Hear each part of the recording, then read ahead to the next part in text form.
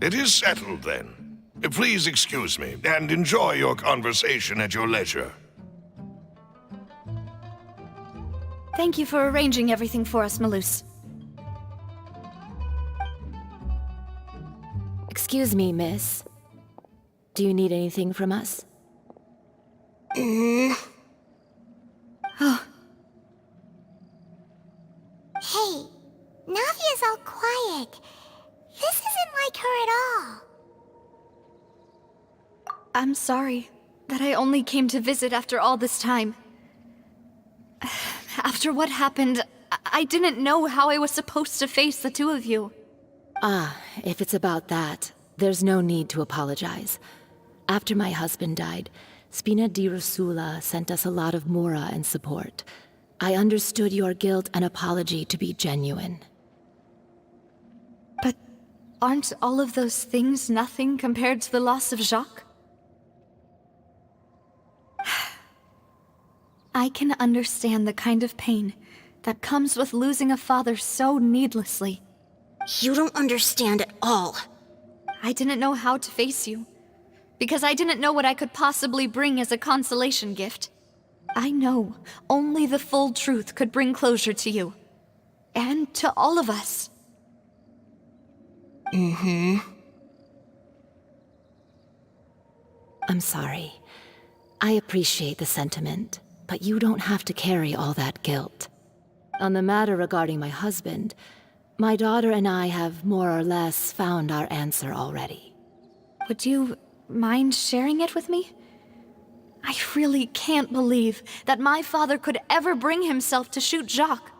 I always knew that my husband's money was earned through others' suffering. He told me countless times that if he could turn back the clock, he would never go into the synth business again. He had many regrets, and felt that he took the idea of providing for his family too literally. For the longest time, he thought Mora was everything. So when Mr. Callis came to him with a proposal, he accepted it almost immediately. He tried to be as careful as he could, but even so, he was still found out by the higher-ups. They found out about his betrayal? Papa didn't say that exactly, but Papa did tell me that I should never be ungrateful. Before he left that day, he told me that he had no choice.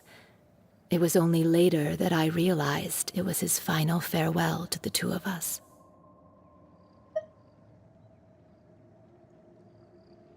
I don't know that for sure, but you could say that's the conclusion I eventually came to. Which is why I'm the one who should feel guilty. Callis had always taken great care of us, both when he was still alive and after he passed away.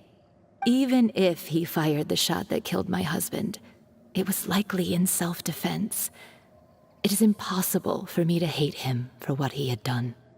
But Mama, why is Papa still the bad guy if he did the right thing? Papa always wanted to be a good man, so why did he have to do a bad thing in the end? Well, things aren't always as they seem. You still feel like your papa was a good man, right? Yeah, Papa was a really good man. The best in the whole world. Then you should hold on to that. If a good man had to do a bad thing, then he must have had his reasons. Regardless of whether he left you a parasol or a sword. He must have done so to give you a better life. Oh. Thank you for everything you've told me. I will definitely find the truth. The current state of things is not something I'm willing to just sit back and accept. Thank you. I'm very grateful to hear this from you. Even though your personality is quite different from your father's, your determination when you speak is really similar. You really think so? That's the first time anyone said that to me.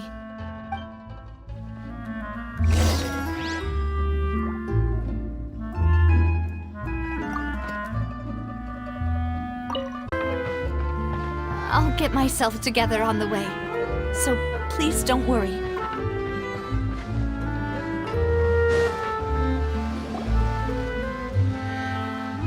Greetings, boss.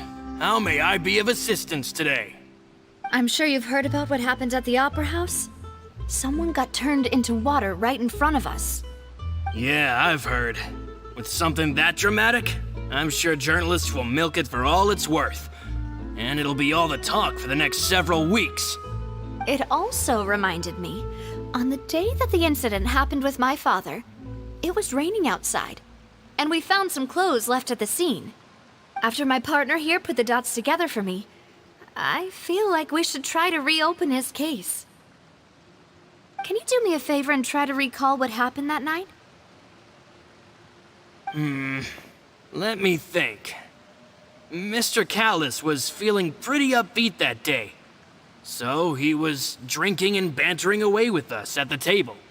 After that, he told us that he wanted to go get some fresh air. So we let him go without thinking much of it. Who knew that we would hear 2 gunshots ring out right after? My first reaction was that Mr. Callis's life was in danger. So I grabbed my holster and made a mad dash toward the scene. But when I got there, it was already too late. Mr. Callis was standing over a dead body with a gun in his hands. All we could do was look back and forth at each other, not knowing what to say. So you also remember 2 gunshots then? Indeed. The guard said that the first shot didn't hit anyone, while the second killed Jacques. But I've never really bought that explanation. Reason being, Mr. Callis had left his gun on the table. I even made sure to confirm that before running to the scene. But according to the guards, that doesn't mean he couldn't have had other guns on his person. About the clothes left at the scene that you mentioned, do you think there was a third person there who was turned into water? At least from our perspective, my father had no reason to kill. So he would also have no reason to bring an extra gun with him. The gun he was holding probably belonged to Jacques, or a third person on the scene. Yeah, that makes a lot of sense. So you're saying Mr. Callis ended up with the gun because he seized it from one of the other guys? But hold on. If that's what had happened, then why didn't he share the truth with any of us? He didn't even want to face the Oratrice machine, and chose instead to prove his honor in a duel. Did he lose all faith in the courts after seeing someone dissolve right in front of his eyes?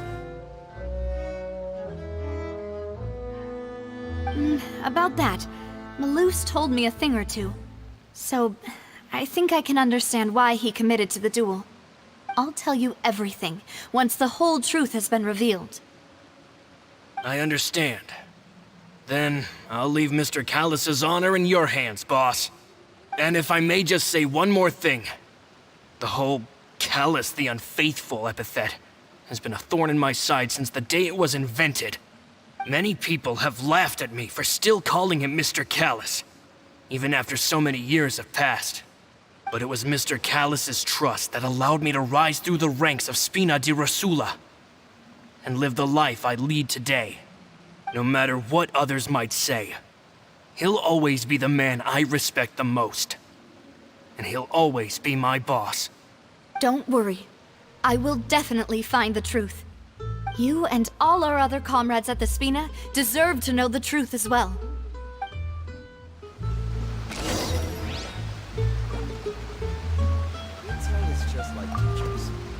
My apologies, boss, for that last sentimental bit. It's just, many years have passed while I've held my tongue.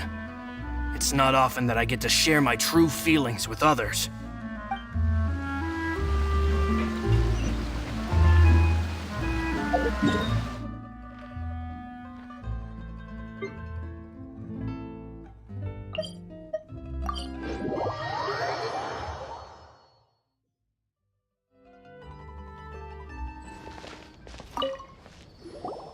Hey, Thierry! It's me!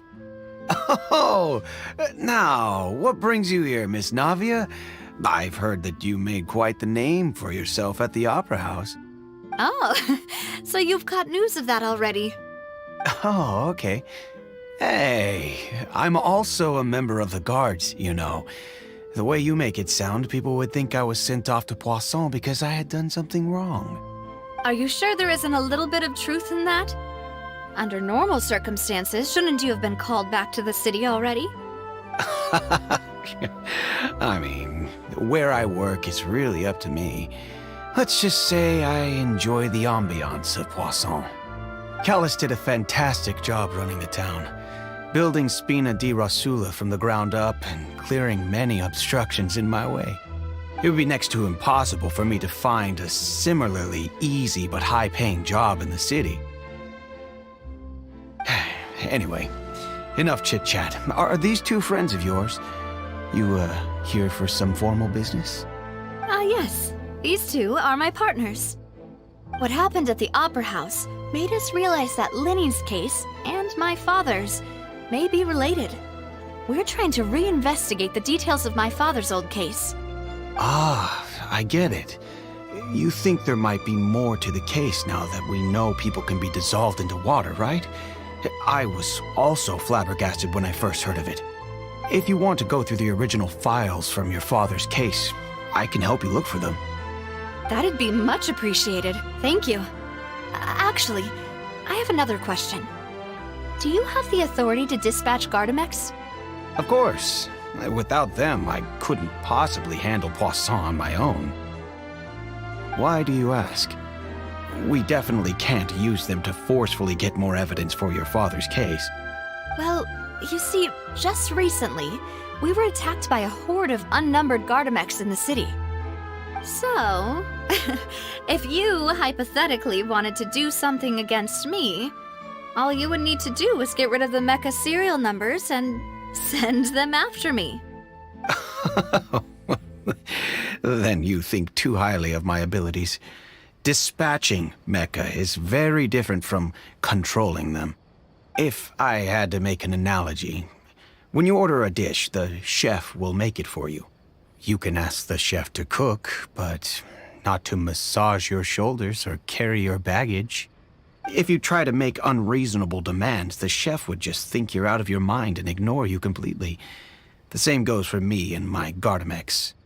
Removing a serial number is also not as easy as you might think. There are a lot of complex steps to it, and it's almost impossible to keep it a secret. So I can promise you, those mecha were definitely private units. They're certainly not cheap. So, whoever their owner is must be super rich, powerful, or both. Now that you mention it, though, being in the synth business would definitely be profitable enough to afford this. Oh, then you're officially in the clear, Thierry. Oh, well, thank you for the vote of confidence, Navia. Jokes aside, I'd like to wish you all the best with your investigation. I'll be staying in the city for a little while, so just come find me if you need any support from the guards.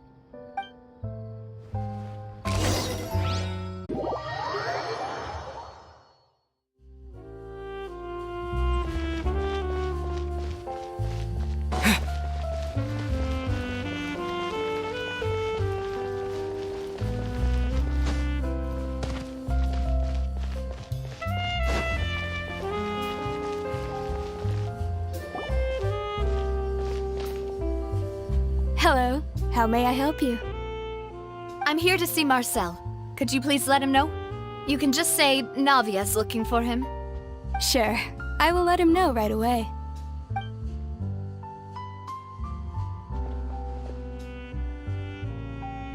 Navia, hello. Sorry to keep you waiting. I'm not as young as I used to be, so my legs are giving out a bit. Oh, it's all right, Uncle Marcel. There's no need to stress. I just wanted to talk to you briefly about what happened in the Opera House. I'm sure you saw everything too, right? Yes, I've never seen anything so strange. Oh, you were at the Opera House too? That's right. I went there with Navia to see the magic show. Who knew it would turn into a whole murder mystery?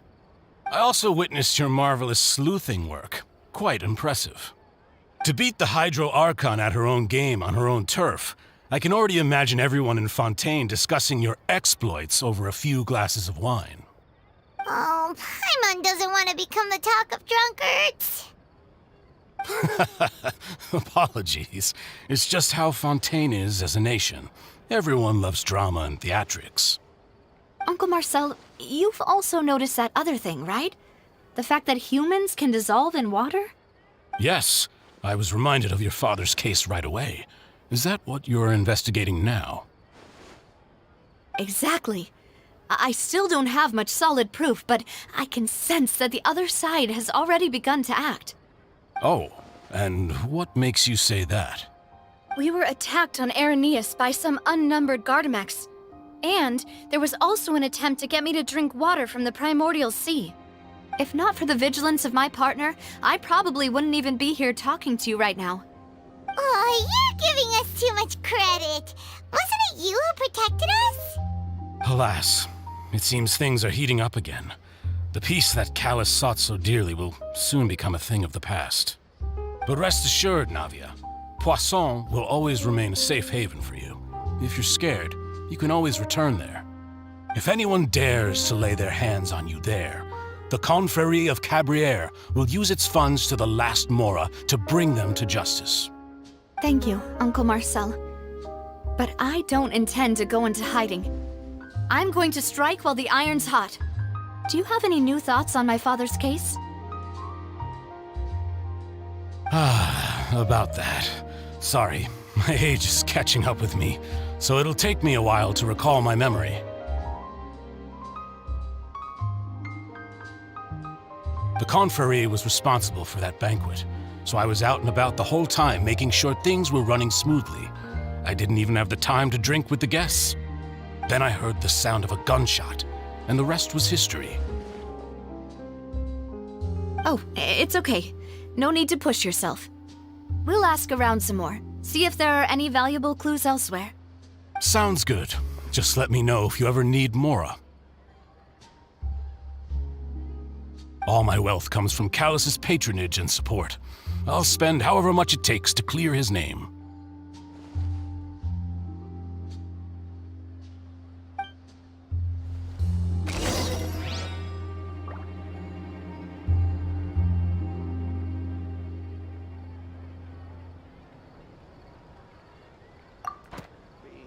Alas, why do these kinds of things happen to the kindest people?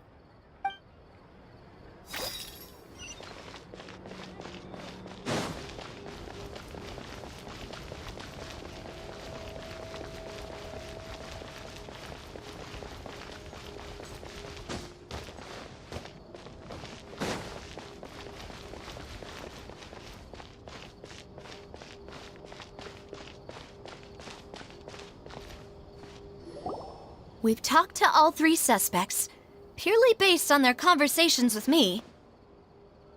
None of them sounded particularly suspicious. I suppose that's to be expected, though. If a single conversation's all that's needed to find them out, then my father wouldn't have needed to investigate the case for so many years. Anyway, even though we didn't make a breakthrough, let's still compile what we were able to find. But where should we start? Ah, you're right! Flora mentioned that Callus probably only ended up with the gun because of circumstance. That makes sense. According to Jacques' family members, he already told them that he had been discovered, and that he had no choice before he left home that day. If I had to guess, he probably received an order from the synth boss to kill my father. Had he refused, he and his family's lives would have been forfeit. So, Jacques fired the first shot?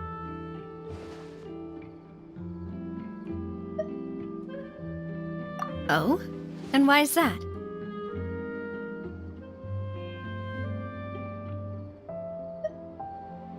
Ooh, that's a good point. Jacques probably already knew that he was just being used as a tool for murder. And once he had completed his mission, he'd be of no more use to his boss. So, what would make more sense from his perspective would be to turn his back on the Order and seek protection from my father.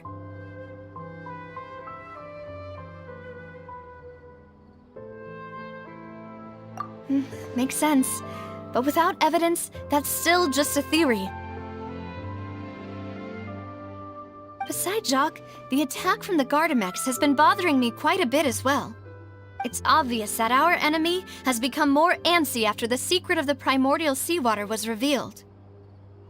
Do you think he knew, even then, that we'd follow this lead to the end? Given everything that's happened since, it's quite possible. But who among the 3 suspects would have the ability to control privately owned Gardamex?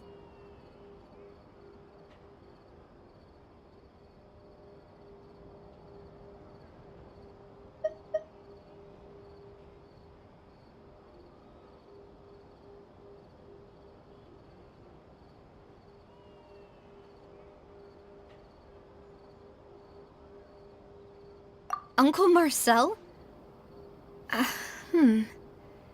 My father did really trust him. And they worked together on a large number of projects. Maybe that's how he got to know Jacques. And with funds from the Confrérie, he could also afford a large number of Gardamex. It's still really hard for me to imagine, though. After all, Uncle Marcel has been around since I was just a child. Also, wouldn't this mean he has been spending a whole lot of mora and energy to fight his own synth business?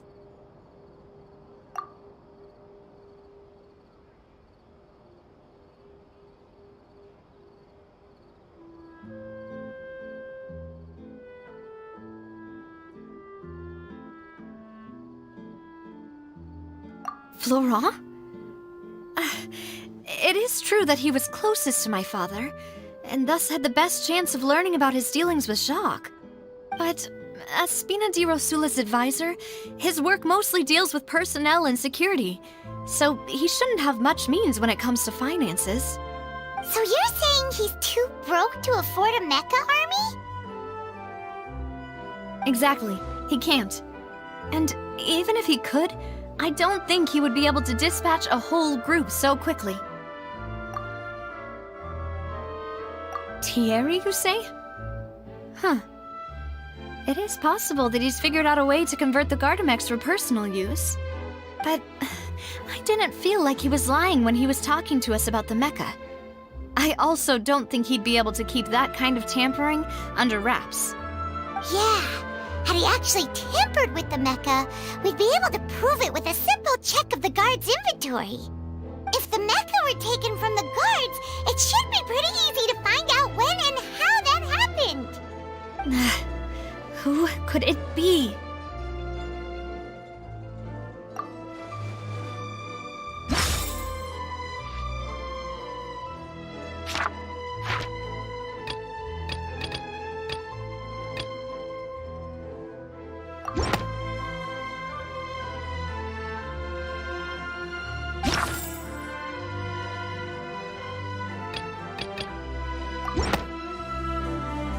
You know, if you think everything through, Uncle Marcel is indeed the most suspicious of them all. Could we be missing other suspects? Malus didn't know about the people turning into water thing when he narrowed it down to these 3, did he? Malus has always been very reliable, and his judgment of others' trustworthiness has been fair and well considered. When he laid out his case for the 3, the rationale he gave me made a lot of sense as well. The suspect is knowledgeable about the Spina's internal affairs, has the means to dispatch Mecha to assassinate us, and possesses significant intellect and foresight. Even if I don't want to believe it, I'm starting to see how things could all tie back to Uncle Marcel. Well, we still have another trump card on top of all the theorizing and speculating. Yes. Malus did say that charging straight in there would be extremely risky, but we don't have any other options right now. We need far more solid proof before we can hope to go charging in on our enemy. Navia, here you are. Oh, I've been looking for you. Huh? Aren't you the guy from the guards? Did something happen? Yeah, News came from Irenaeus just after you left. We've got another trial on our hands. Wasn't that place built specifically for holding trials? What's so newsworthy about this one? I know. But they said the person they're putting on trial is a Fatui harbinger called Tartaglia.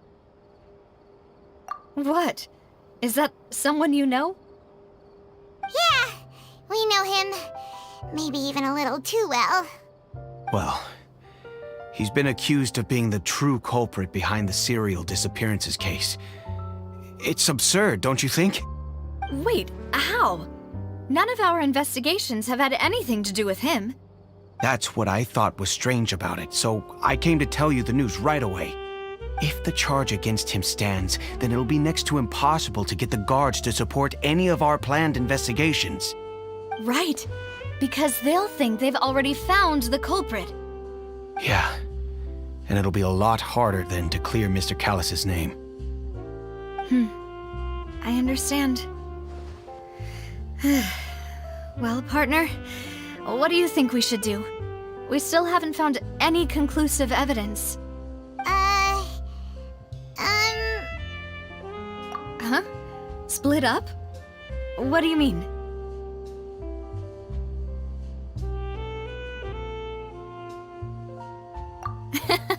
Just as expected of my partner. Since this is a trial about the serial disappearances case, the culprit's attention will be focused on Irenaeus, leaving his home base wide open. You're right.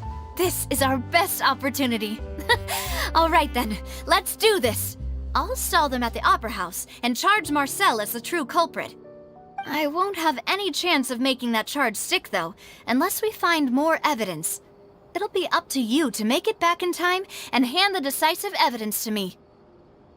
We'll help you, just like you helped us in Linny's trial. Demoiselle, please allow us to accompany you. I'm ready. Ah, Malou, Silver. When did you two get here? We heard that you'll be leaving Poisson and figured that you might require our assistance. It's our hope that your confidence will be bolstered with the two of us by your side. Thank you so much. Then, let's make haste for Irenaeus. Paimon, Traveler, I'll see you at the Opera House. See you then!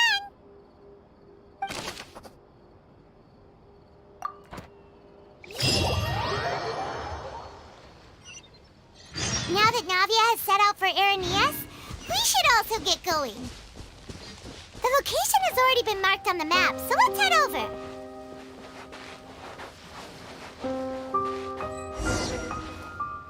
Huh.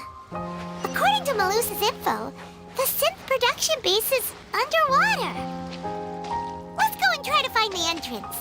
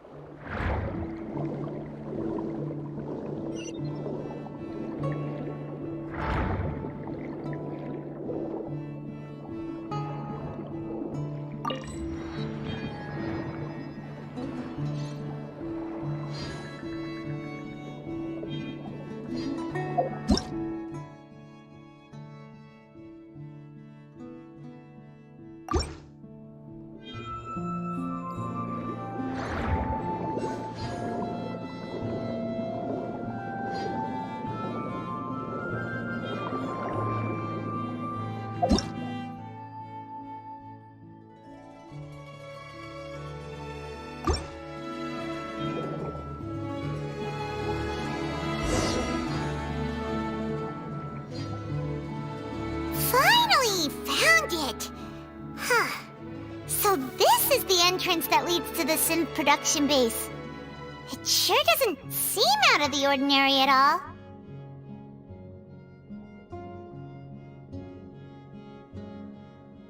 Ah, you're right. An important place like this is bound to have a ton of protective measures and mechanisms. Navia's probably arguing up a storm right now to stall for us.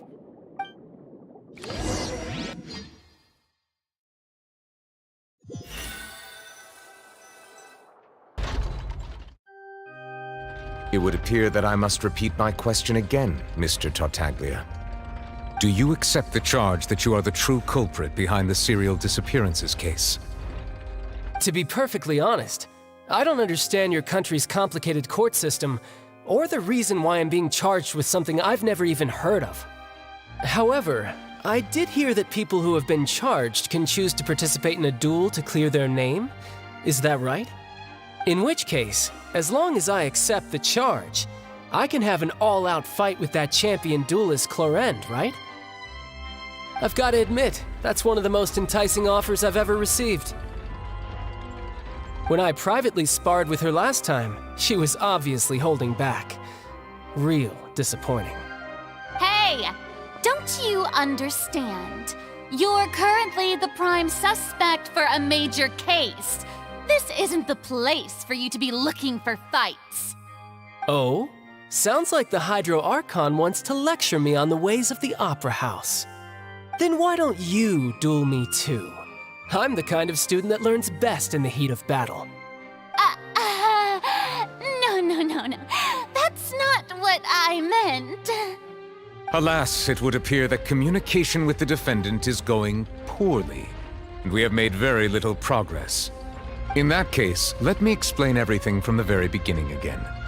The goal of this trial is to determine the culprit behind the serial disappearances case. That case had nothing to do with him. You've got the wrong man. Huh? What's going on? Why is she interjecting again? I told you it couldn't be one of the Fatui Harbingers. Miss Navia, this is the second time you've interrupted the court proceedings. I only tolerated your behavior last time because you were able to provide the court with a key eyewitness. But that was an exception rather than standard court protocol. I can very well charge you with contempt of court for your interjections. Oh, please. Did you ever think I had any respect for this place's pointless theatrics? We can put that discussion aside for now. I'm not here to argue with you. I'm here to charge the true culprit behind the serial disappearances case. And if my charges prove true, then Tartaglia here will be proven innocent by default, correct? Oh, a young lady has charged in and offered to clear my name. How fascinating. Well, I'd gotten half bored to death by all these rules and procedures anyway, so I'll take you up on that offer. So, Your Honor, is there nothing else for me to do now? You may take a seat for now in the audience, but that doesn't mean the suspicions against you have been lifted. Now then, Miss Navia, who is the person you would like to charge instead? That person is...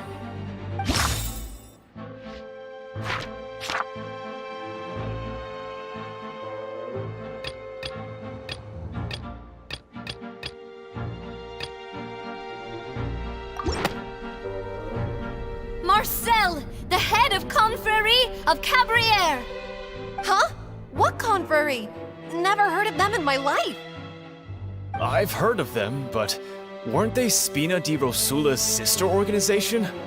Oh, is this going to be a friends to enemies type situation? Please let me remind you, Miss Navia, that charging someone is an incredibly serious matter. Committing to the charge also means taking on the legal responsibilities associated with it. And if the charge fails, depending on the circumstances, you may also be charged with the crime of making a false accusation. Knowing this, do you still wish to charge this man? Yes, I do. In that case, I declare the charge to be valid. Miss Navia and attorneys, please take your places on the court. Members of the guards, please contact Mr. Marcel right away so that he may stand trial.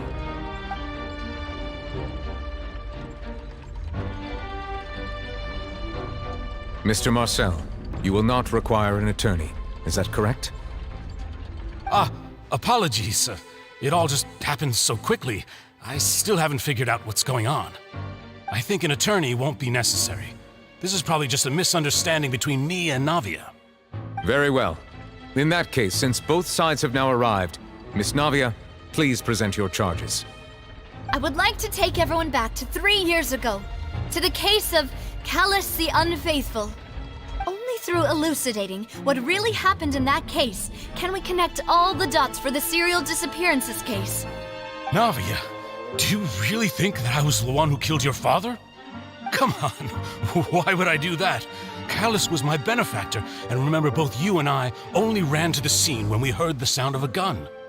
If that's enough to make me a suspect, wouldn't that make everyone at that banquet a suspect as well?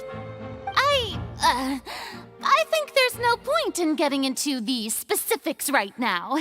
The audience doesn't even have the big picture yet.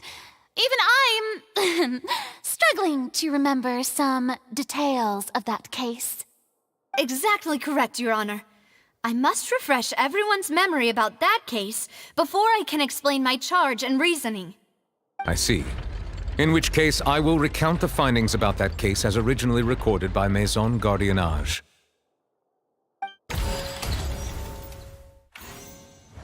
On the day of the murder, Spina di Rosula hosted a large banquet in a countryside estate owned by the Confrérie of Cabrières. During the banquet, all attending guests heard 2 gunshots from the courtyard. When the guests arrived at the scene, they found the primary suspect, Callus, holding a gun, while his acquaintance, Jacques, lay dead from a gunshot wound. The guards' investigation did not recover any other firearms from the scene. As a result, they concluded that the suspect's first shot must have missed, while the second must have taken Jacques' life. The suspect did not dispute this conclusion, and also declined to defend himself in court. Instead, he chose to prove his innocence through a duel. Callus was defeated by champion duelist Clarande in the ensuing duel, and soon succumbed to the injuries. These are the known facts about the case.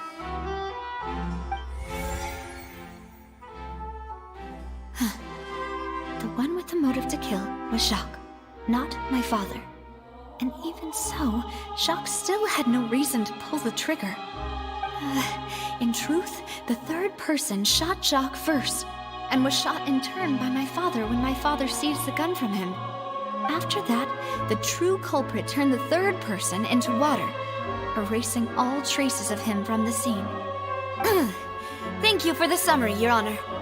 Of course, the guard's conclusion appeared quite sensible to us at the time.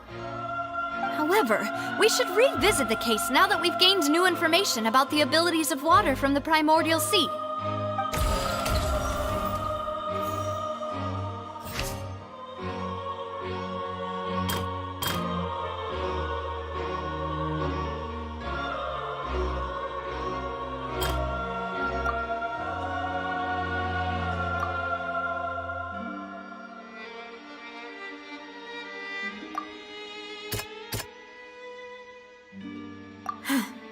Something's not right. Let me think for a little while longer.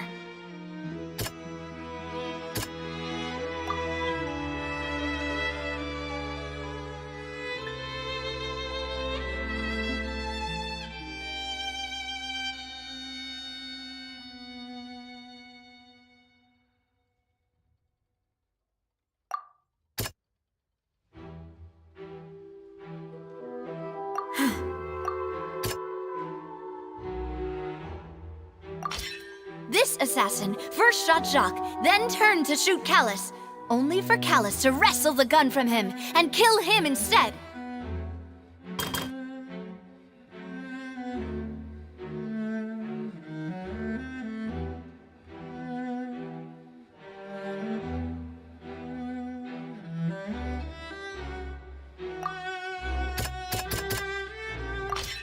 A pile of clothing was found at the scene.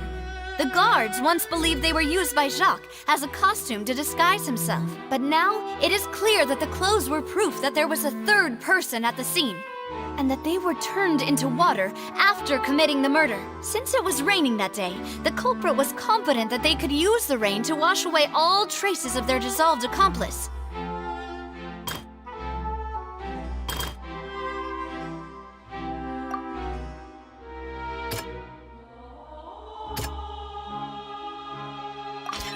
The testimony of the victim's family confirms that Jacques had thoughts of assassinating Callus when he set out for the banquet. However, in the end, he reconsidered, and instead shared everything with Callus, hoping to seek the latter's protection. Unfortunately for Jacques, the true culprit had already considered this possibility and had sent out another assassin.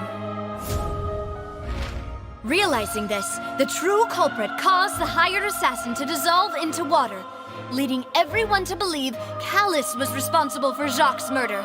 This is the true version of events.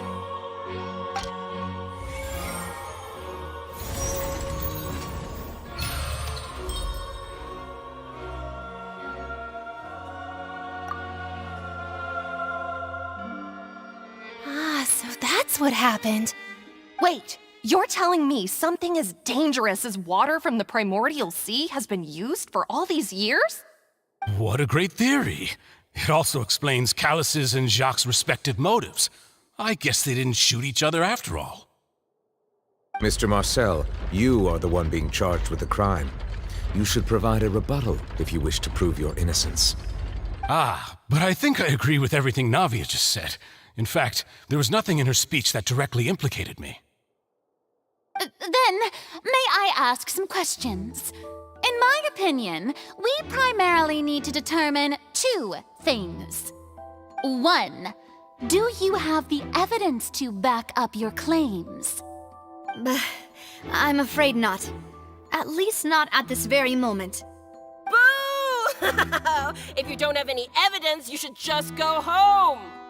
I may not have the evidence with me, but I know where I could go to collect it. If we look up the deserted clothes against a record of people who went missing around the same time, we should be able to find a match. Considering the serial disappearances case, the guards probably kept careful records of all missing persons from around that time, regardless of age or gender. That makes sense to me. Monsieur Neuvillette, I would consider this to be a reasonable investigative direction. Why do I feel like Farina's acting a little differently today? Maybe she's scared of embarrassing herself again? Alternatively, she's become more diligent after charging an innocent citizen in the last trial. My second question has to do with the ensuing duel. If the truth is indeed as you described, then why didn't Mr. Callus explain himself in court? If he had testified that a person had been dissolved, he could have at least mounted a defense. I've thought about this too, and the answer is actually pretty simple. He felt there were things that were more important to him. The dissolving power of water from the primordial sea is an important secret for the true culprit of the serial disappearances case. My father could have exposed it for all to see, but he chose to take it to the grave. At that time, Spina di Rosula was in dire straits, and his reputation had already been shattered. He had no guarantee that going forward with the truth would allow the culprit to be brought to justice. What was certain, however, was that it would paint a gigantic target on my back. Boss once told me that Demoiselle had already been selected as the next target of the serial disappearances case. What? If the secret had gotten out, the culprit would have fought an all-out war with Espina right there and then. I wouldn't have been the only one in danger. All of us would have stood to lose our lives. Of course, the guards might eventually figure out the truth of the matter and determine that we were in the right. But what good would that do? How can a hollow verdict protect anyone? Had this opera house ever given my father any kind of confidence in its brand of justice, Spina di Rosula would have had no reason to exist. But by staying silent, we retained the ability to deter our opponents and continue the stalemate. I was able to become Spina di Rosula's president, which made me harder to target, as well as giving me more time to grow and learn. And once I have figured out the truth and stepped up to the challenge, I will do what this opera house cannot, and restore my father's truth and honor back to him. So, you mean to say, your father intended to die in the duelist's ring? That's right. Do you have any proof? Of course. All you need is to ask his opponent, Clarand. I don't need your apology, your guilt, or your support from the shadows. You don't have to do anything for my sake. But since he entrusted his will to you, Clarand, you should tell us the truth about his sacrifice. So, during the duel, did you believe that Callus was intending to die? Yes, I did. As a champion duelist, I've fought many battles and taken a countless number of dishonored lives. In my line of work, I've seen all kinds of people give their all for the faintest hope to continue living. Some were determined, others passionate, and some even manic and twisted. Just one look and I can tell if a duelist is hoping to live or if they're looking to die. I hereby swear on my name and honor as a champion duelist that Mr. Callus never intended to leave the ring alive. Since that's your testimony, I have no more questions. It appears there really are good grounds to reopen this case. I concur. However, Miss Navia, you still have not explained the link between your father's case and the serial disappearances case. Right? What she said was fascinating, but kind of beside the point. Wait, weren't they just talking about the serial disappearances case? Of course, Your Honor. The two cases are connected via a matter of timing. In my father's case, the culprit intended to kill both Jacques and Callus. As a result, they planned to act after hearing 2 gunshots. And at the end of Linny's trial, the culprit also only dissolved the victim in front of everyone because they realized they were at risk of being identified. The culprit could only time their actions so precisely if they were already at the scene. Coincidentally, Marcel attended both the banquet and the trial. So that's why you suspected me. Even after hearing your reasoning, I still can't help but find it a little preposterous. I'm used to it, though. You've always been an impulsive and sentimental child, Navia. It's one of your most endearing traits. No need to appeal to pathos. I won't try to refute your points one by one, but even if everything you just said was true, can you prove that I was the only person present at both events? On top of that, does a person have to be physically present to control the timing? Can't someone remotely monitor the place?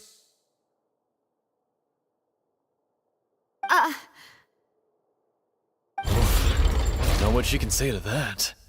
I know that even with that, you might still think you can reduce the list of suspects with some further investigations until I'm the only one left on the list. Alas, who won't feel at least a little hurt by an accusation of murder from a girl you see as your own daughter? But if I were to dismiss this completely, you'd also think I'm not being considerate of your feelings. Ah well, let Uncle Marcel teach you another lesson. Do you know what the biggest flaw in your reasoning is? I suppose you're gonna tell me anyways. It's timing again. I'm a businessman by trade. From that standpoint, there's no reason for me to kidnap young women. It's a high-risk action with nothing to gain. In addition, I left my home in Snezhnaya when I was young to come to Poisson and work in some trade. My business only thrived when I received Callus's patronage. But the disappearances began before I ever stepped foot in Fontaine. I do apologize, Demoiselle. This was my mistake. No, it's not your fault. I'm sure he had come prepared. Is there anything else you'd like to say? Would you like to check the date of my first business license against the first known case of the serial disappearances? You can also take a look at my border entry records, or ask my friends and family when I left Snezhnaya for the first time. Could those records and testimonies do something to appease the unspeakable anguish in your heart? Seems like she got the wrong guy. At this rate, Navia will be convicted for falsely accusing him. I think you've done a superb job of dissecting your father's feelings as he neared the end of his life. But aren't you going against all of his wishes and expectations right now? He wished for you to become more rational, collected, and conscientious, instead of dwelling only on your own feelings. Once you've learned to be more considerate of others' feelings, and to stop rushing headlong into things, you'd have met most of his expectations. This isn't just about me, and it never has been. The biggest difference between me and the rest of the victims is that I still have the ability to search for the truth, while that same agency has long been taken from them. The people whose families were destroyed by synth abuse, the people who lost their loved ones to the serial disappearances, and the people who suffered tragic ends due to their sense of justice. Many people's images are flashing before my eyes. I'm sure some are coming to those of you in the audience as well. And whose image do you see, Marcel? Is it a man named Vacher? Oh, so you do know that name. I'm merely surprised you'd suddenly say the name of someone I've never even heard of. I was waiting for you to say that.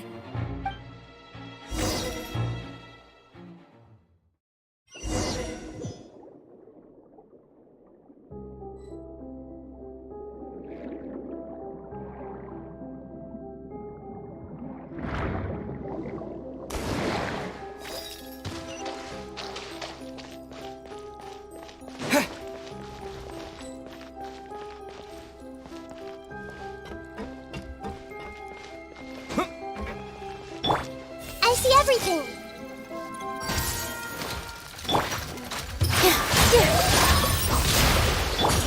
Scatter! I'll protect us. Go, Barbara, go!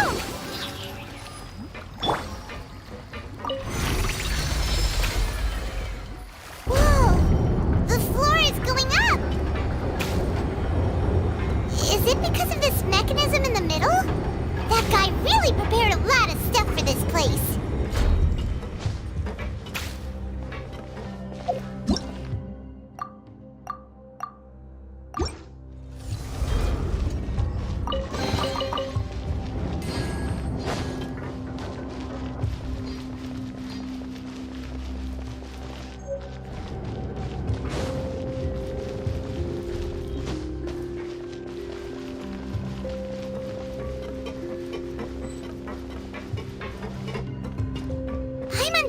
We need to go up, but Paimon doesn't see a way.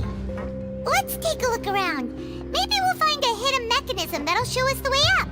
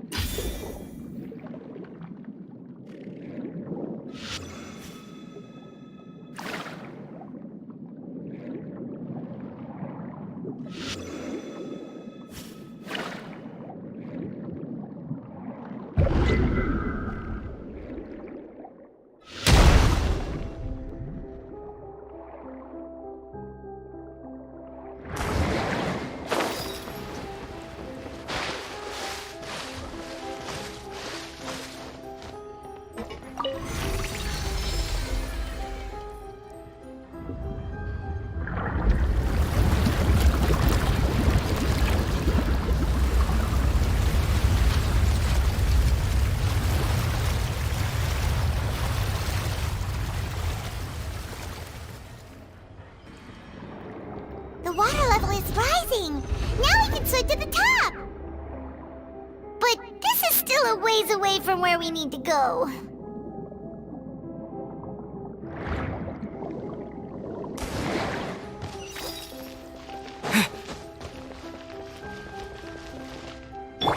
Hey!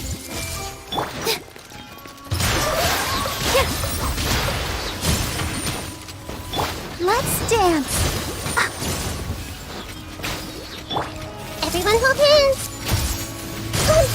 Spring forth! Oh.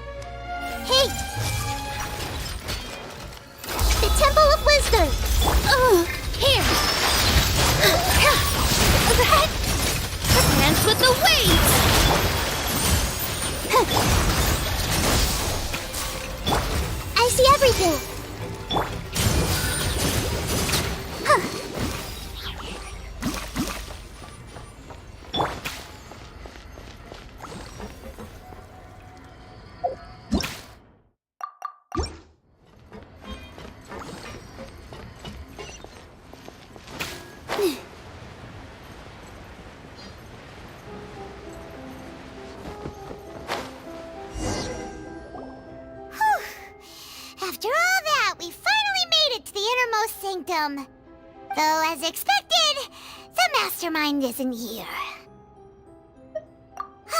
That's right. Then let's hurry up and find some evidence so we can get back to the Opera House and help Navia!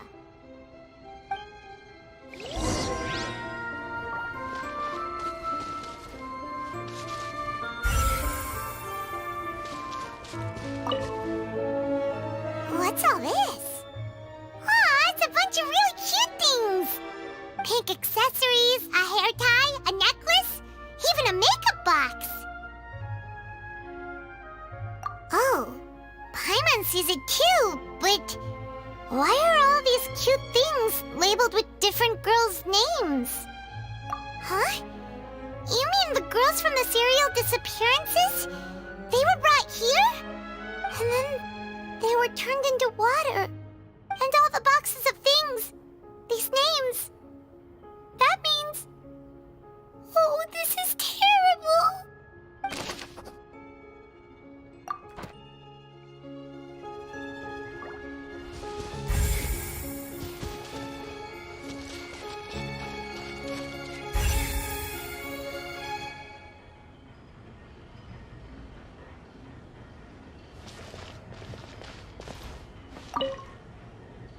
Oh, look! There's an important-looking basin over here, and it's full of water! That means this is where they make all the synth! And that special water is the main ingredient! If you dilute it with normal water, you'll get synth, but the pure stuff can dissolve a human! Paimon will take notes on this incriminating evidence.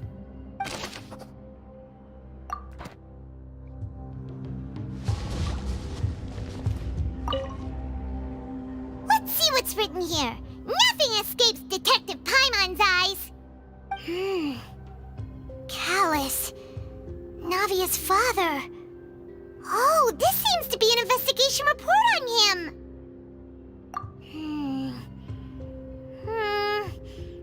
Yep, it's about finding someone to assassinate Jacques and Callus because of a lack of confidence that Jacques himself would go through with it. This should prove the existence of the third person, right?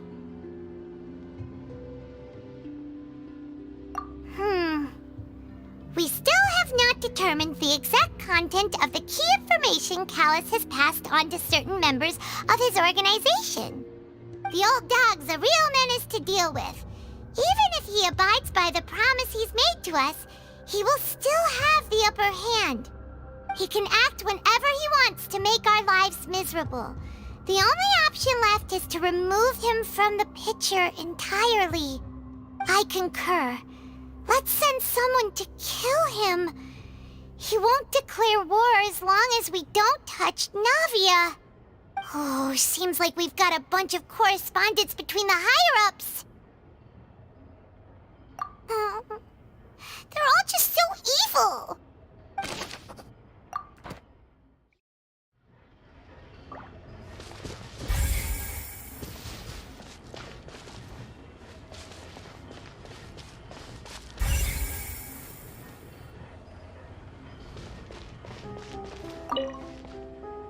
What's this over here?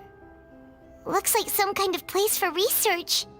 Experiment number 16 aims to verify Jacob Ingold's research conclusions on the primordial sea and use his theory as a foundation to achieve a breakthrough. The experiment was a failure. No individual managed to resurface from the water from the primordial sea. Female specimens 22, 23, and 24 were dissolved.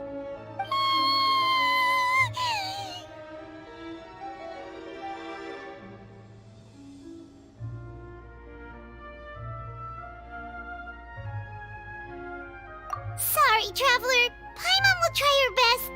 It's just that Paimon's never read something so scary before. How can someone write something that terrible in such a matter-of-fact tone? You read the rest. Paimon's too scared to keep going.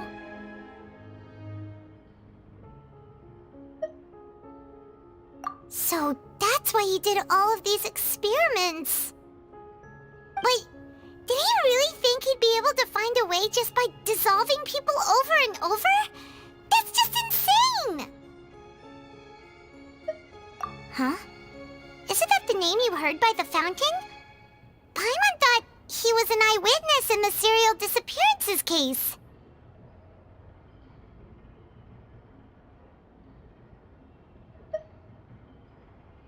Ah, you mean Vacher is the one who did all of these... experiments? So that's it! Vacher was no victim, but personally took his lover and... No, that's not it either! If that's the case, why would he want people to resurface from the water? In any case, Paimon will write it all down.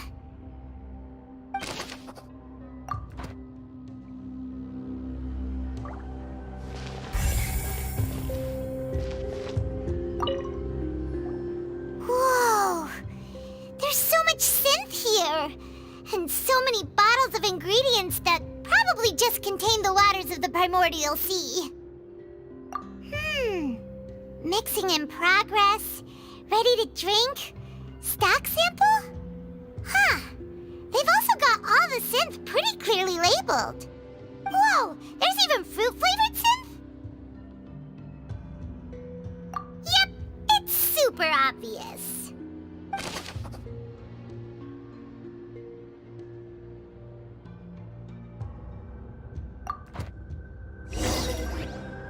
We've looked at almost everything here, and it seems like our theories were spot on, but... Yeah, we haven't found anything that reveals his true identity. No wonder even Neuvillette wasn't able to find anything. Whoever it is probably destroyed everything to do with that name a long time ago. That way, even if we bring all this back to the opera, we won't be able to identify the true culprit. Sure thing. Paimon won't admit defeat to this guy either.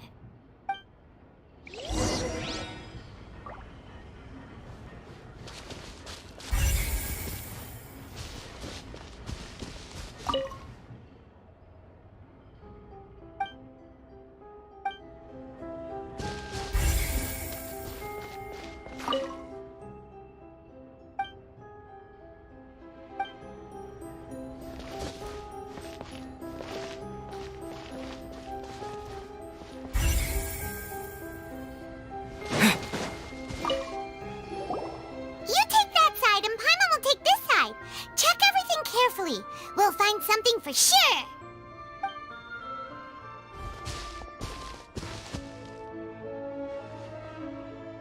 Ugh, nothing at all. And Paimon can't even find snacks either. Whoa, really? Let Paimon see. Rainier. Isn't that Vacher's lover's name? Then you found her diary. Let's see. Aw, it's just a normal diary chronicling their love story. She was so sweet, too. Oh, Paimon feels even worse for her now. So many! A whole page's worth! But they're all crossed out. Was she unhappy with all of them? The final name she decided on was... Marcel. Wait, but Marcel's pretty old. Has this case been going on for so long that he's Vacher and Vinier's grown son?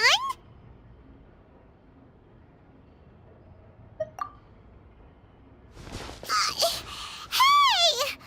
Paimon still hasn't figured it out yet.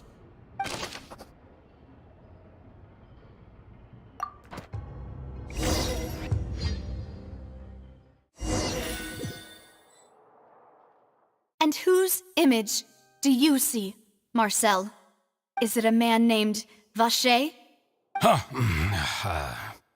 Oh, so you do know that name. I'm merely surprised you'd suddenly say the name of someone I've never even heard of. I was waiting for you to say that. Navia! We're back! As expected of my partner. I just knew you'd return in the nick of time. Just how often do you intend to flout the rules of this court? It's all right, Monsieur Nervalette. Given their confidence, I expect they've found the crucial evidence.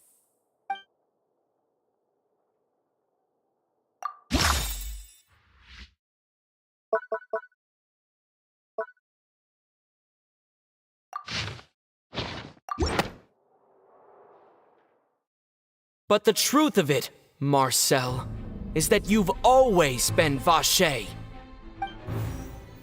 Huh? We've investigated your lair. We already know everything. After your lover, Vignier, was dissolved, you kept abducting young women to experiment on the hopes of bringing her back to you.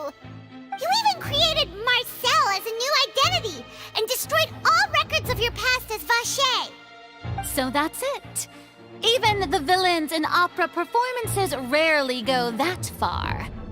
And with that, Marcel's motive has now been established. This information regarding your past also dismantles your prior timing defense. Well, Marcel, do you know where you went wrong?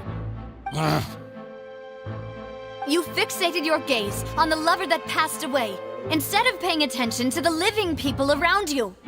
So, you never noticed how we changed, or how we grew as individuals. You also never understood Boss's real expectations for his daughter. Or our determination to see things through. Your determination. Mr. Marcel, please speak up now if you would like to defend yourself. Otherwise, the trial will move on to the next stage.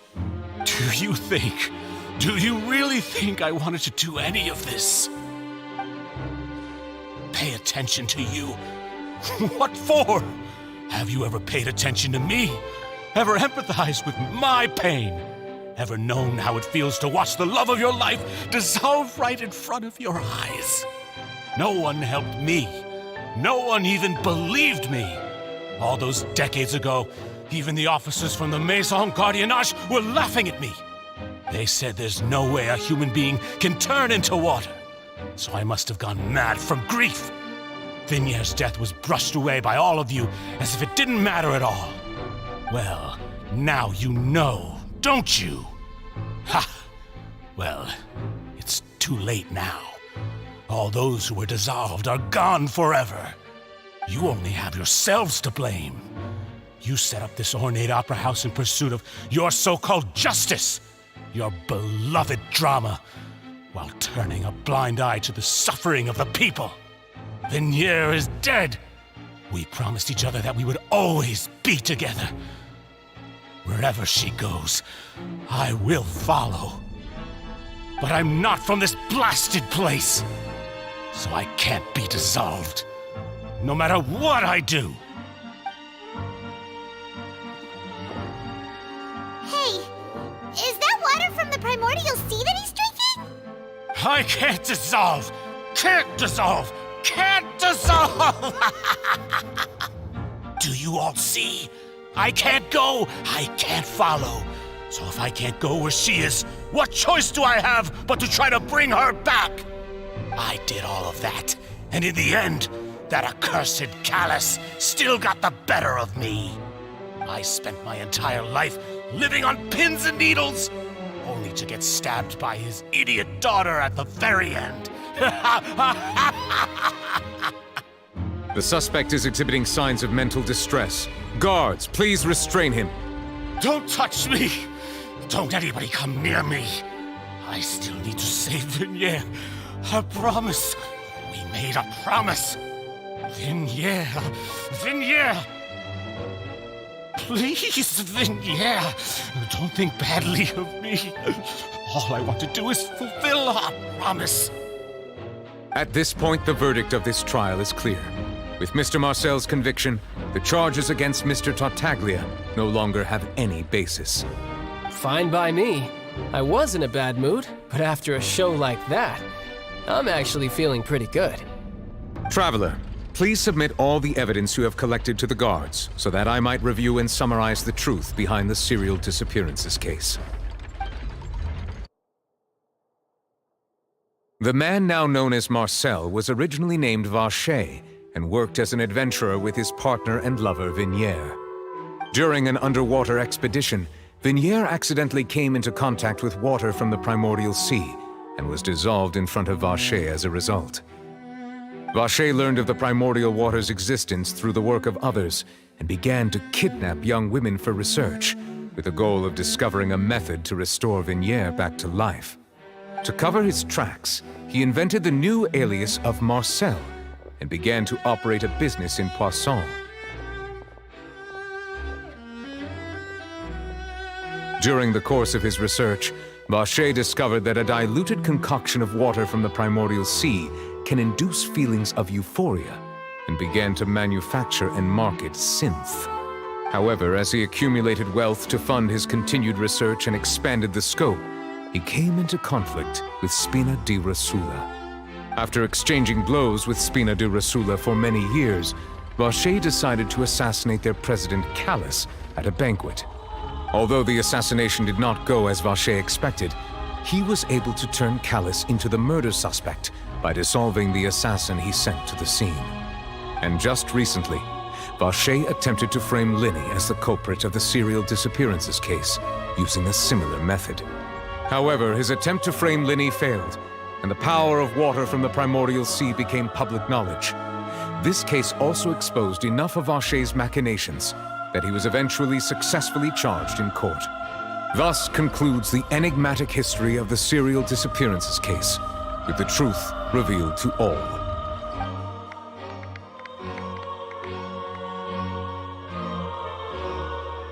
The Oratrice will now deliver the final verdict regarding the charges against Mr. Vacher.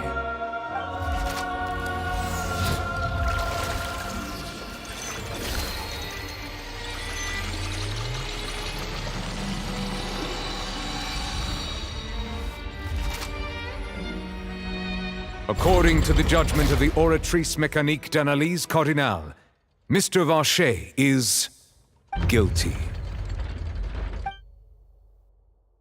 Guards! Take Vacher away. Good. It's what he deserves. With that, the serial disappearances case is over now. We really just witnessed history. Who would have thought the true culprit would be such a polite and well-spoken guy? Yippee! We helped Navia bring the bad guy to justice! He's hurt so many innocent people and now he's finally getting what he deserves. Huh? Are you okay? Demoiselle, you were absolutely brilliant. The day our late boss had always hoped for has finally come. You can rest easy now, knowing justice has been served. Yeah. It's finally over. It's all thanks to you guys. And my partner. See, Papa? Spina di Rosula's still doing well with me at the helm. Well now, hasn't this been a most delicious piece of drama? The villain has been caught, justice has been served, past wrongs have been righted, and it's a big ol' happy ending. Since it's been such a great show, I'll just let the false accusations against me slide. Either way, I've still got some business to attend to, so if you'll excuse me... Please wait just one moment, Mr. Tartaglia. What now? None of this has anything to do with me. According to court protocol, since this trial was initiated due to a charge against you, a verdict must also be made regarding the initial charge before the trial can conclude. Oh, come on. Is this really necessary? Haven't you already caught the real criminal? Isn't it time for side characters like me to exit stage left? Please respect the laws of Fontaine. This has always been the rule. All right, but this sure is a lot of hassle. All I need to do is stand over there, right? Let's just get this over with. Through evidence presented in the public trial that was just held, it has been established that Mr. Tartaglia has no direct connection to the serial disappearances case. The guilty party has been identified, and thus it is logical to suppose Mr. Tartaglia is innocent of the charges. We now turn to the Oratrice Mécanique d'Analyse Cardinale to render the final verdict on the charges.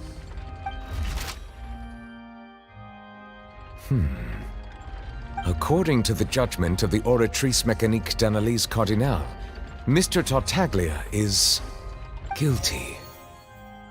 What? Hey! That's not funny! Didn't you just say I'm supposed to be innocent? What's with this verdict? Is your justice machine malfunctioning? Huh? This has never happened before. The Oratrice actually returned a different verdict from the Chief Justice. I mean, have you ever heard of an innocent Fatui Harbinger?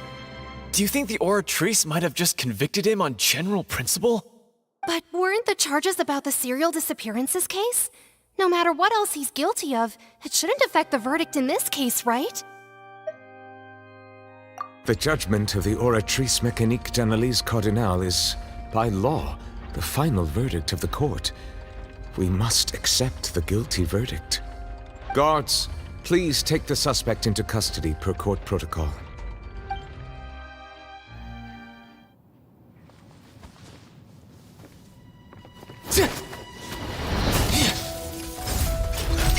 So this is how justice is done in Fontaine. What a joke. You've got your rules. Well, I've got mine too!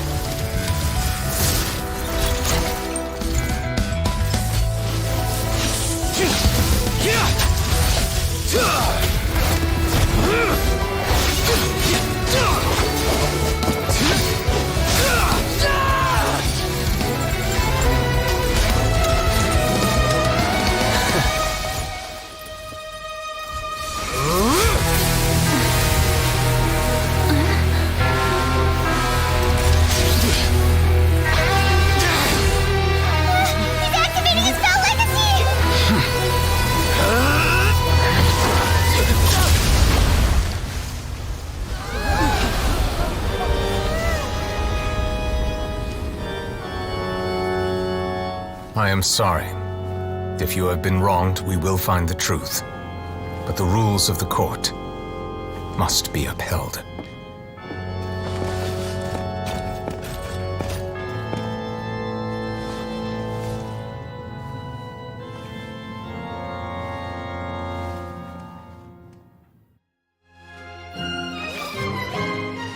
Hey, Monsieur Novelette, what's going on?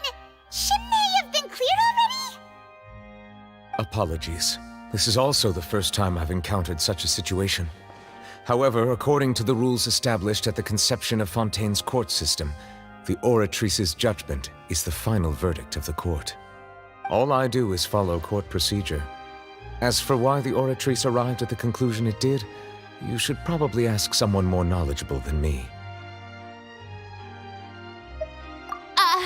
Why are you looking at me? I had nothing to do with it! I don't know what happened there either!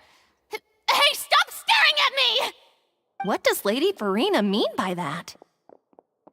She says she has no idea either? But that's impossible. Didn't she create the Oratrice herself? Yeah, so are the verdicts reliable or not? Can results like this really be called justice?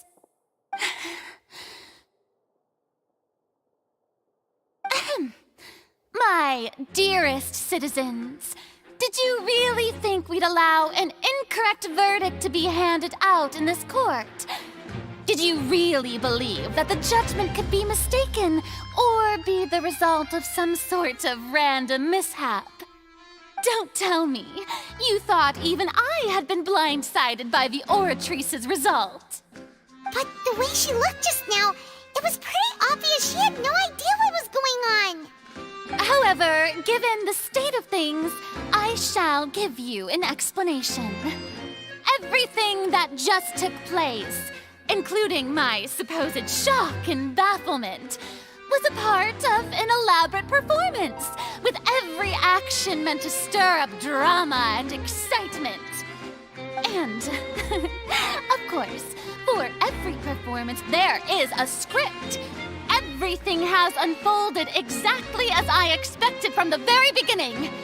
As the embodiment of the very concept of justice, The Oratrice shall never render an arbitrary judgment! If you thought Child had nothing to do with the serial disappearances case, it is only because you've been blinded by the superficial appearance of innocence. Everything he's done, not to mention the danger he poses, are beyond ordinary comprehension and completely unforgivable! All shall be revealed in time. You will come to understand my noble intentions, as well as the absolute correctness of the Oratrice's verdict.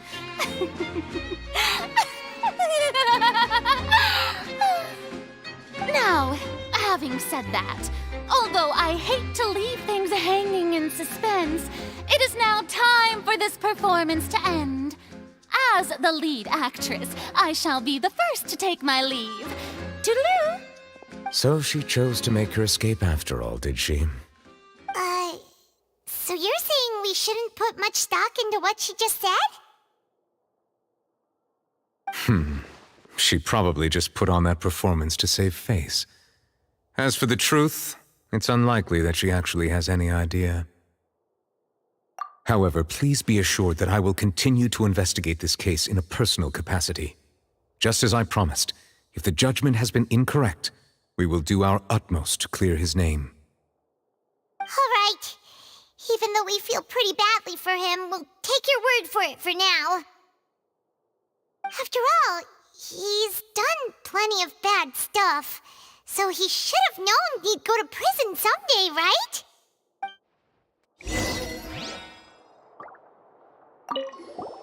Oh, Monsieur Neuvillette! That power you showed when you took him down. Who are you really? I'm the Chief Justice of Fontaine, of course.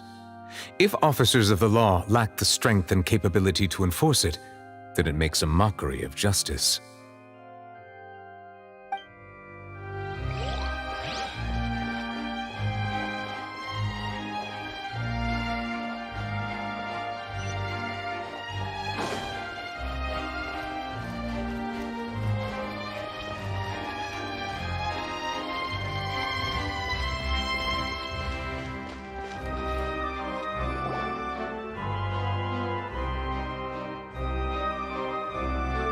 Hey, what are you doing? Quick, stop him! Traveler! Hey! Traveler! Marcel! What are you doing over here? Stop resisting arrest! Cease, or we'll add another charge to the list! No, wait! I just want to ask the Traveler something. I'm not looking to run away. Please, just let me ask this one small thing. Go on. Thank you. I was being led away when I finally realized something. Where did you first hear the name Vacher? I erased all records of that name. So, unless... Are you still trying to prove your innocence? Give it up. You've already been convicted. Really? You did? You're sure? You met her? But how could that be? How did you manage to do it? The Fountain of Lucine? Then she's been so close to me all along. And I just never... Please give me a chance to talk to her again. Just let the Traveler take me to the fountain to see her one last time. This is the last request I'll ever make in my life. You can do whatever you want to me afterwards. I don't care. What? Give an inch and you want to take a mile? Do you think serial killers get to make requests like that? Paimon agrees. Why should we give him what he wants when he's only done a ton of super terrible things? This request, is it worth as much to you as your life? Of course! Wait, no. It's worth even more than my life. Humans. Will they betray the instinct to live just to satisfy spiritual needs? Very well. I will grant your request. Your Honor, I fear that... I will go with him. You do not need to worry about any escape. In that case, I shall leave him in your most capable hands, Chief Justice. Thank you, Your Honor.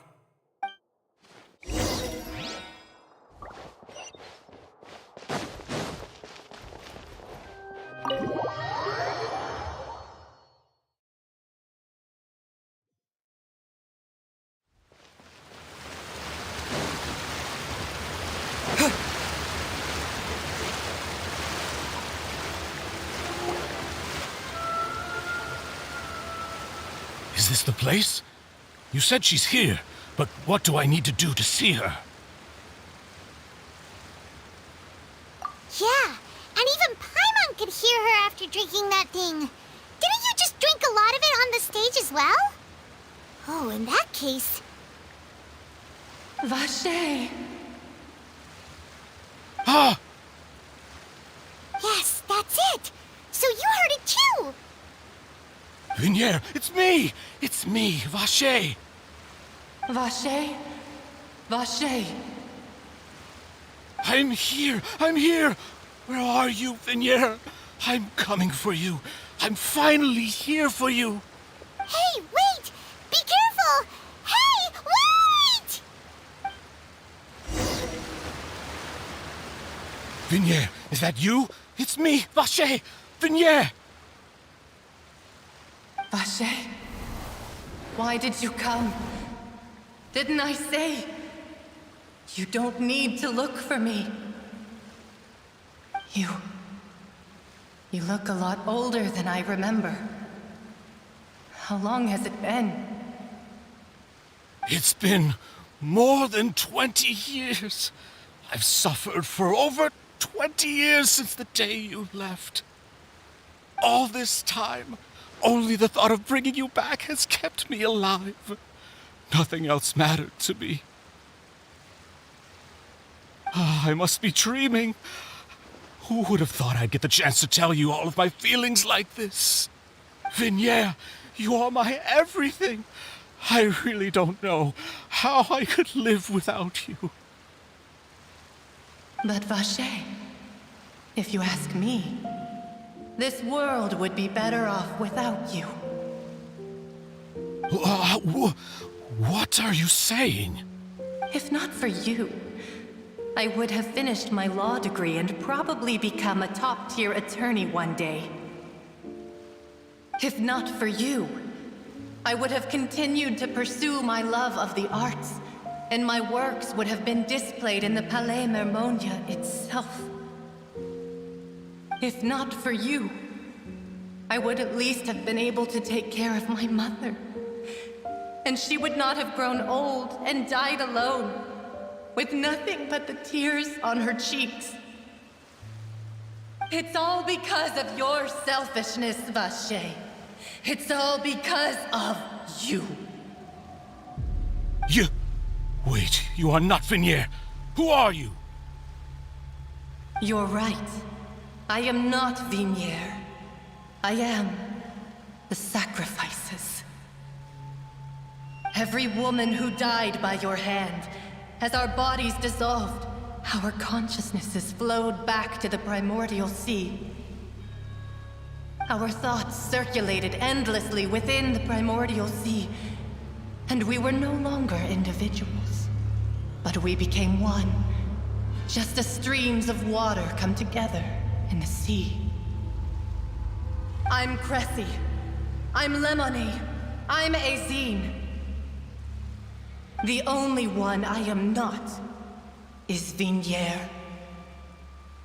Why? But then, where is Vinier? She doesn't want to see you anymore. Every tendril of her consciousness is avoiding you. This is what you get for your selfishness. Your selfishness robbed us of our lives and our futures. You said time and time again that you'd do any and everything for her.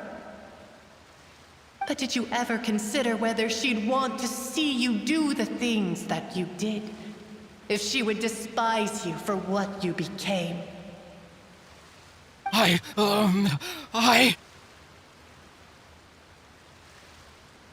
You are a liar, a heartless murderer, and a cowardly narcissist. The only thing you are not is Vinier's beloved. From the moment your first victim died and her consciousness merged with Vinier's, she has had nothing but pure hatred for you.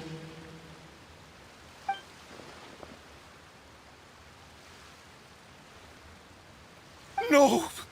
Vinier! She can't hate me. Let me see her. Please, have mercy. You still don't understand. When I said don't look for me, that came from the real Vignier. She really doesn't want to see you anymore. But on top of that, she also said that because it's her final drop of pity for you. She said that because she knew that if you did come here, we will show no mercy to you. Vache. Vache? Vache. Vache. Vache. Vache. Drown.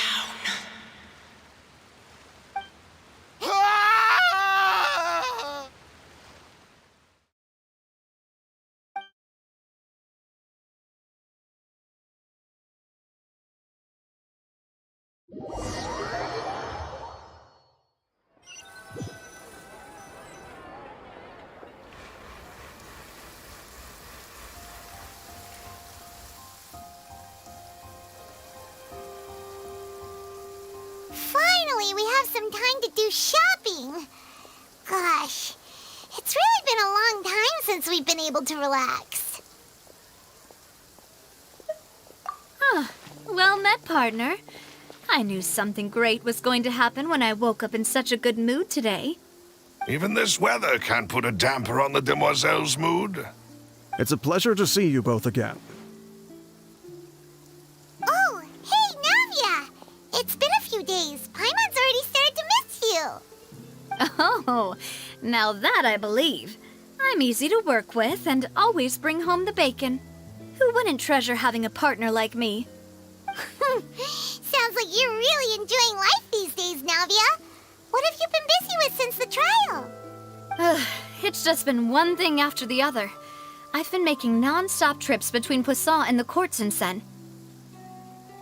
Everyone from Spina di Rosula organized a memorial for my father. We never held a memorial when he first died, since everyone knew that even if we held one back then, no one was going to come.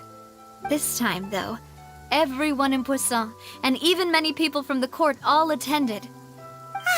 So his name's definitely been cleared now. That's what we like to hear. It's been the dearest wish of Demoiselle all along. That blasted stubborn fool.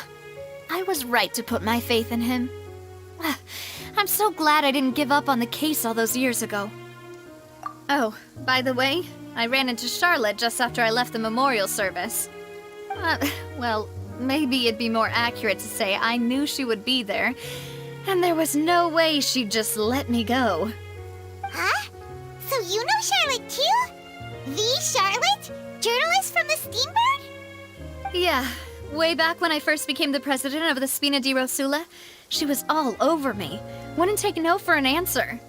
I believe the story was called The True Heart of Darkness, Secret Tales of the Yellow Rose.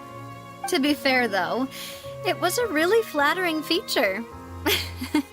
So, we've been on pretty good terms ever since. She was trying to lean on our friendship to get me to do an exclusive piece on the serial disappearances case. Oh yeah, she told us about that. She's always been super interested in that case, so now her wish has finally come true too! Anyway, I told her to make sure that when she writes about you guys entering the opera house with the critical evidence, that you both sound really cool. Now that's another thing to look forward to. We trust Charlotte's skills with a pen for sure. Oh, and in other news, I also took Clarand out for a meal. Oh, are you two on better terms now? While you were investigating Vache's headquarters, Clarand gave testimony on my father's behalf. It was thanks to her that we were able to turn the tide. I wanted to thank her. I mean, there's also no point in being awkward all the time, so we took the chance to reconcile with each other. Oh, that's great. Paimon also thought Clarand wasn't actually a bad person. It's always good to have more friends. Anyway, now that the case has finally been solved, perhaps it will slowly begin to fade from the public consciousness. Oh, actually, there's still one last thing I need to do. What is it? I should pay a visit to my father's grave and tell him the truth of what happened, as well as how it all ended. And on top of that, just how much people still look up to him to this day. That includes me, too. Miss Navia.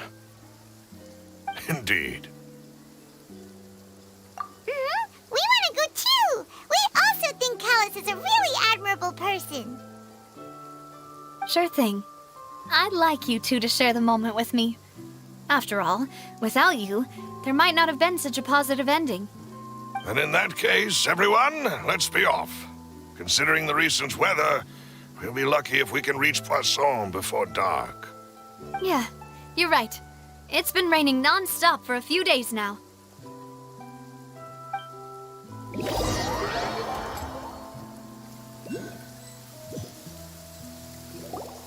Huh. This is where my father's grave is. To be perfectly honest, even I haven't been back here for a long time. Huh? There's someone there already. Wait. That figure. It can't be. Hmm? Isn't that Neuvillette? Why would the Chief Justice be here? Huh? Navia?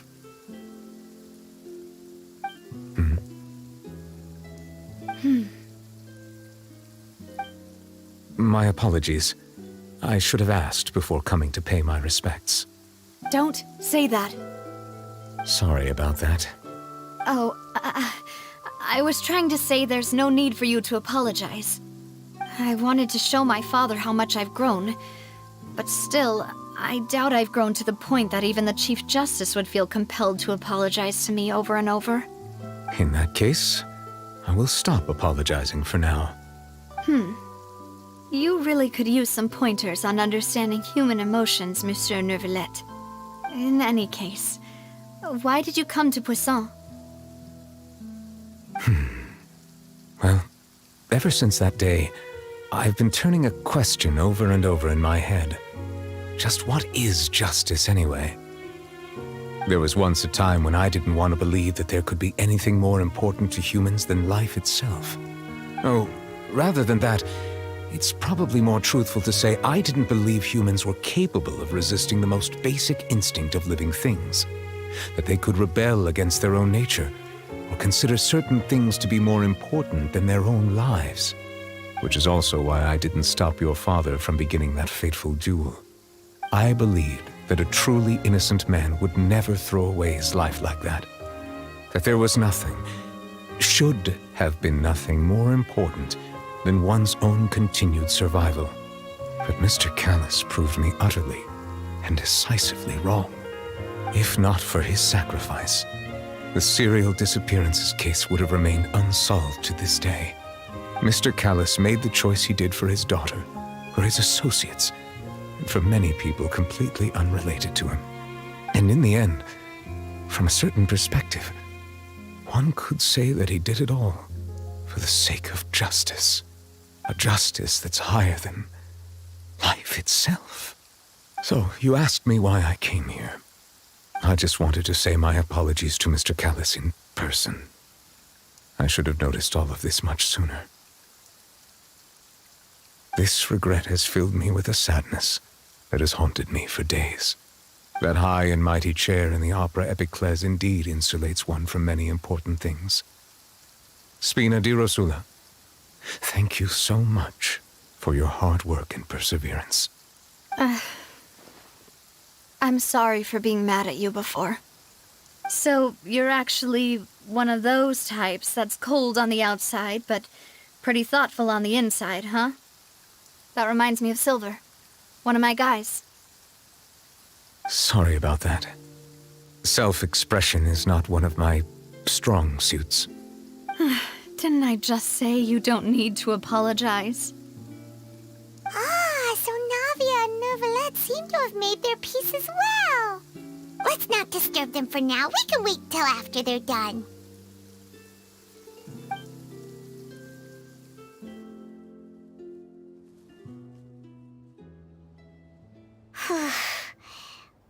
Paimon's never paid respects at someone's grave before. Did Paimon do anything rude there? Huh? Oh, Paimon didn't know that was a thing. But Paimon doesn't know what she would do if she can't fly. Oh no. Paimon hopes Miss Navia won't be too mad. Anyway, Nervalette is still standing around there. It's not often that we can catch him alone like this, so why don't we go talk to him for a bit? If we can't talk to Lady Farina, we can at least talk to him, right?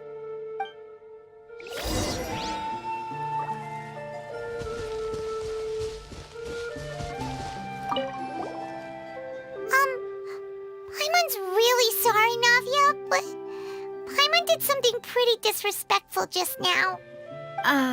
What are you saying, Paimon? I don't think I get it. Well, aren't you not supposed to fly around someone's grave? Huh? Who told you that? Hey, Traveler! Why did you mess with Paimon again?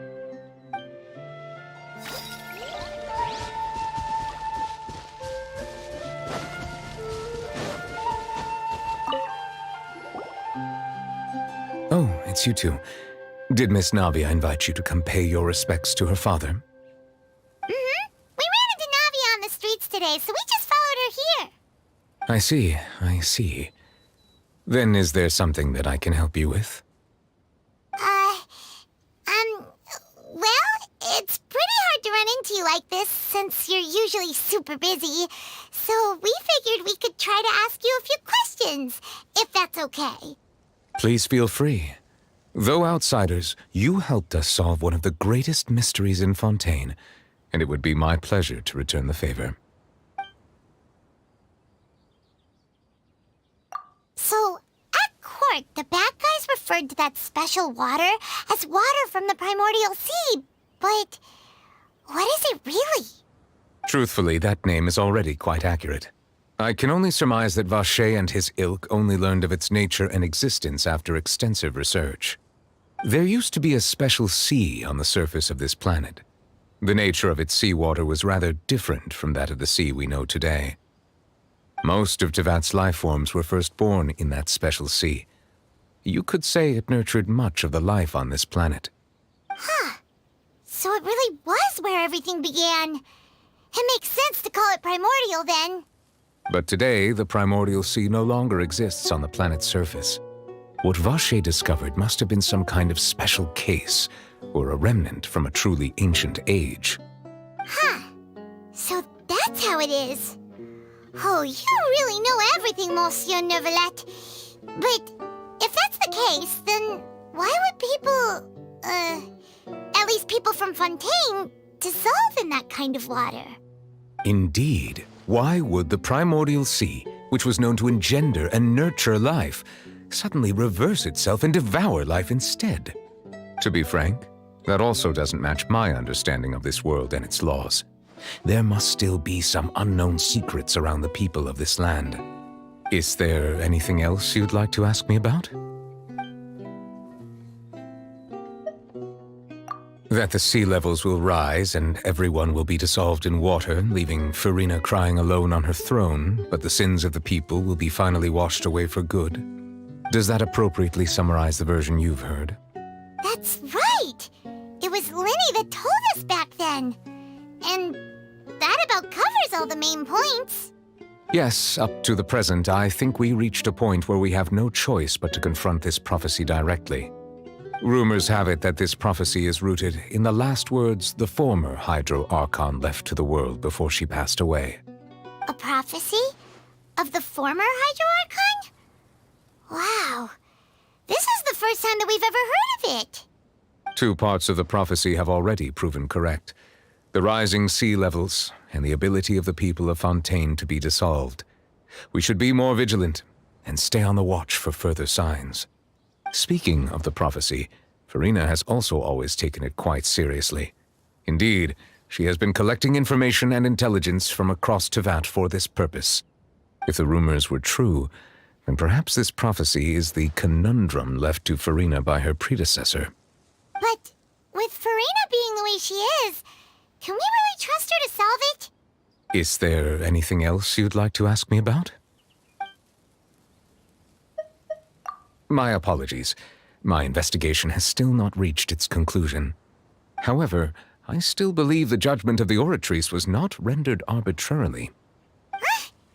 But you also said you thought he was innocent. For many years, I have been quite aware that the Oratrice does not simply mechanically repeat the verdict that I give on each case. As a divinely created mechanism, the people's unified faith in the concept of justice is integrated into it. Not only can it produce the incredible power of indemnitium, but it likely also possesses other traits, such as self-awareness. Which is all to say, I have been prepared for a situation like this for a long time. So when Lenny told us that he heard a human voice from the room where the Oratrice's core is stored... I was not aware such a thing had occurred. Perhaps that could serve to prove my conjecture. I will add that to the list of items to investigate. In any case, I am inclined to believe that the Oratrice does have a methodology all its own. We just do not have enough information. Based on Furina's reaction, I doubt even she had any idea what was going on. She managed to bluff her way through it, though, with her time-tested twin tricks of bravado and drama. While we do intend to get to the bottom of this, for now, we regret to say that the Fatui Harbinger will just have to bide his time in the fortress of Meripede. If we did incorrectly convict him of crimes he did not commit, we will most certainly compensate him to the fullest extent allowed by the law. If you ask Paimon, the only compensation he'll want is a no-holds-barred fight with you. Is there anything else you'd like to ask me about? Your sibling, another blonde-haired traveler. I'm sorry, but I've never seen anyone who matches that description. If she ever stepped foot in Fontaine, I'm sure she followed our laws to the letter and had no reason to appear on the stage of the opera Epiclese. Is there anything else you'd like to ask me about? Very well. It was my honor to provide you with what answers I could. I very much enjoyed conversing with you. It will soon be time for me to leave this blissful tranquility behind and return to Palais Memornia. You really are super busy, Monsieur Neuvillette. Paimon thought you only came here to pay your respects today because you had the day off. Crime and villainy do not have the day off, and so justice must work around the clock as well. This is merely the nature of a justice's work. All right. You've got a point. Huh? Paimon just noticed that the rain has stopped.